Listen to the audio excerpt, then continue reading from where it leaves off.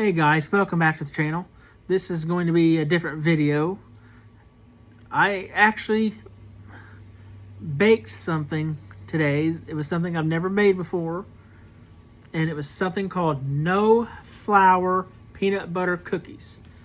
So yes, as the name says, you use no flour. You just use peanut butter, creamy or crunchy, or in my case, both. Eggs and sugar, or in this case, I use Splenda instead of sugar. Your preference. If you use Splenda, you can use Splenda. If you use sugar, you can follow the recipe and use sugar. And the recipe I had is if you just made enough for one serving, which would be maybe 6 cookies, maybe 1 or 2 more, that would require 1 egg, 1 cup of peanut butter, and 1 cup of Splenda and or sugar. And then you pretty much take those, mix it in a bowl, and beforehand you preheat your oven to 350 degrees. And then when you get all that stuff mixed together, you spoon it out onto a baking sheet that you're going to use, and you put it in the oven for 8 minutes. But see, I doubled the recipe, so I used 2 eggs, 2 cups of peanut butter, again, crunchy and creamy together, and then I used 2 cups of Splenda. And I baked it for 8 minutes, and it didn't seem like it was baked enough, so I did another 8 minutes. Still didn't seem quite right, so I did another 8 minutes. So I did it in total 24 minutes, and it made about 14 cookies. And the end result is this delicious looking stuff. I know they look kind of funky, but they don't taste bad at all. I mean, I can taste the peanut butter and the Splenda.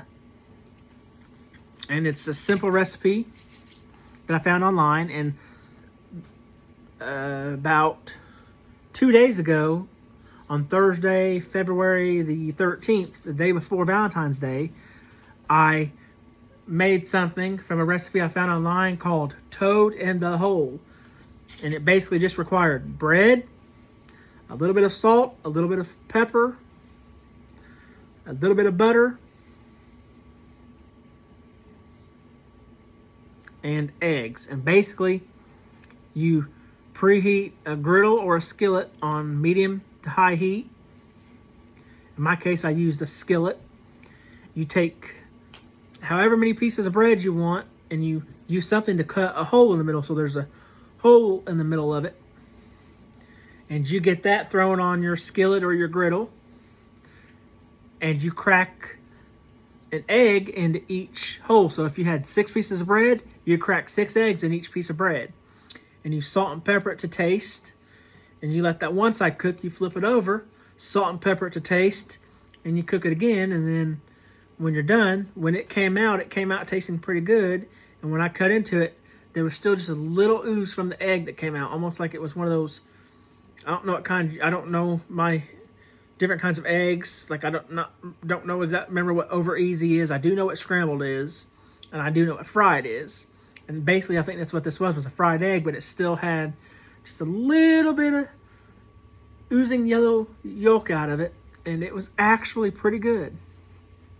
So those are a couple of recipes you can find.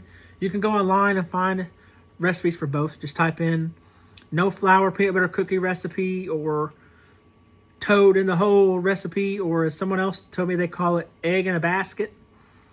They're both good. So if you get a chance, check it out. Or find any other recipe online. You know, I try to find stuff that's easy to make or only requires like 4 or 5 ingredients or so. And there will be a video coming up in the future where I will give you, some of you may or may not know, I am a big WWE fan. And I have been watching it a little more lately, and it's been really good. But I will be giving you guys, once it's all set up and all the matches and stuff are confirmed, I will be giving you my WrestleMania 41 predictions. And I already have predictions for some matches, a couple that have already been announced, but predictions for some matches I think coming up. That will be in a future video soon. Thank you guys so much for watching. God bless you guys. I'll catch you guys next time. Goodbye.